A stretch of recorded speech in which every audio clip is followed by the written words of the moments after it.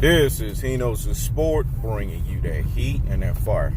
See, this is the stuff that I'm talking about, man. And I tried to tell you guys, man, but the folks didn't want to listen out here in these boxing streets, man. This right here, this video is for the deep thinkers out here in these boxing streets. This is what I need for you guys to understand. So hear me and hear me well. I told you guys, man, Terence Crawford had a predicament. He Knows the Sport was going in and months out.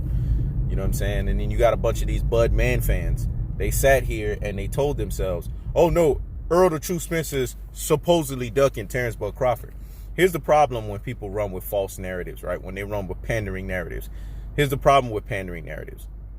They pander to people that don't know better. And if you fall for pandering narratives, it just shows the consistency of the mediocrity in your brain. Let me say it again. It shows the consistency of the mediocrity in your brain. Because we've been trying to say this for the longest. Terence Crawford is on the wrong side of the street. You know, I don't understand if boxing fans understand what that means. Top Rank has not helped boxing fighters out. And how many months that He Knows the Sport sat here and told you guys that Terence Crawford is not getting basically dealt the right card? And what happened? Now you see Bomac, you know what I'm saying, causing an uproar and complaining. Now you see Terence Crawford complaining. You're seeing nothing but a bunch of complaints from both sides of the aisle. You know why? Because they realize that they're not only the most marketable. No. The second most marketable. No. The third most marketable. No. The fourth most marketable. No. The fifth most marketable guys in Top Rank. You got Naya Inoue at number 4, Jose Ramirez at number 3, Vasily Lomachenko at number 4, and Tyson Fury at number 1. These are the 4 guys that Bob Arum has prioritized over Terence Crawford.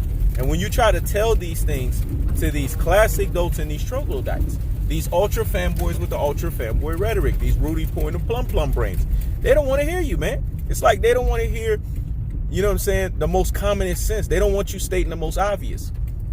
But it's interesting how He Knows the Sport always addresses the elephant in the room. And then what ends up happening? The truth either is rendered immediately or it's rendered thereafter. Let me say it again. The truth is either rendered immediately or it's rendered thereafter. I take relief, man. You know what I'm saying? In knowing that the truth, because I fall in line with it, is always going to have its day. Let me say it again. I take relief in knowing that the truth will always have its day, man. It will always have its day. Because when you line yourself on the right side of truth, you don't have to worry about anything. This is what we call three-dimensional thinking ability. When you think on an advanced level, you can already see things for what they are. It's people that think on a normal level that have to wait until the you know what I'm saying, the crows roost their eggs for them to actually see what's going on. But by then, it's already too late. Terence Crawford is doing everything he can to get out of that Top Rank deal.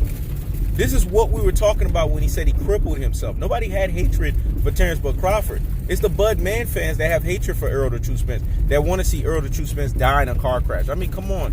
Is it really that serious? See, this is not even about boxing anymore. These people are making their insecurities and their miseries in their lives and trying to propagate it on these fighters.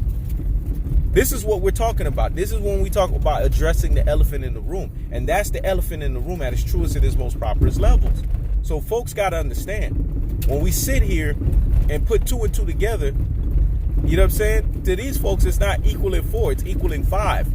So now they see what we're talking about when we say the wrong side of the street. Top Rank is not the right side of the street, man. This is why Terence Crawford couldn't get the fights that he won at the welterweight division. When you fight, you know what I'm saying, a one-legged gimp and Jose Benavidez, a lame duck Jeff Horn, a 5-year past his prime Amir Khan, you know what I'm saying? These fights are not fights that give you credibility at 147, and then you're going to go fight a green mean machine. This is what we talk about when we say Terence Crawford is lackluster at the welterweight division. And then people have the gall and the unction and the audacity to compare him to Earl the True Spence that's doing heavyweight lifting at 147. You can't compare a guy that's actually putting in the work, that's in the new unified WBC and IBF champion at 147 with a guy who's been lackluster.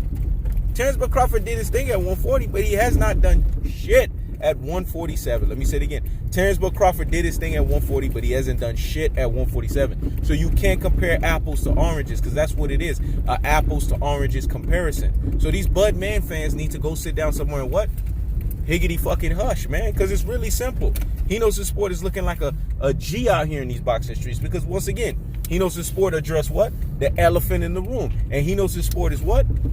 And the prediction king strikes again.